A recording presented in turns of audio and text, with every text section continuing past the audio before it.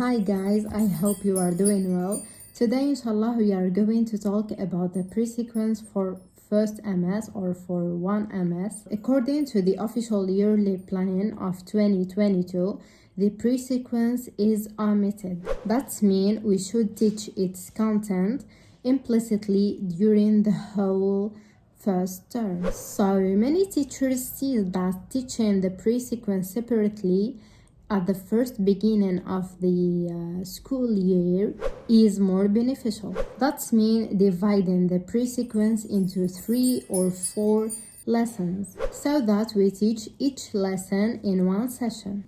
This method helps learners to understand the basics of the language.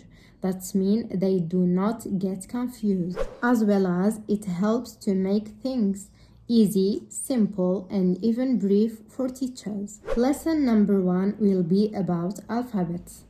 Teachers talk about vowels, consonants, capital letters and small letters.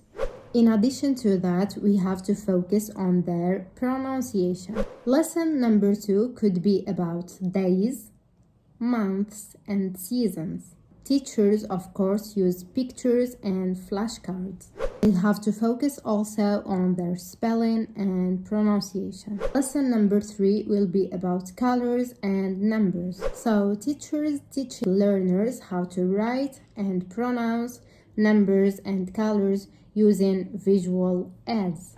In addition to that, teachers can add simple tasks. Lesson number 4, which is related to school things and school commands. Concerning these lessons, we can include them in our sequence. That means we can teach them implicitly.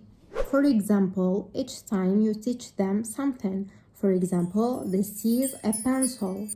This is a pen. And this is a highlighter. So that's all about the pre-sequence. I think that everything is clear. If you have a question, write them in the comments below. Don't forget to subscribe the channel and like the video. See you!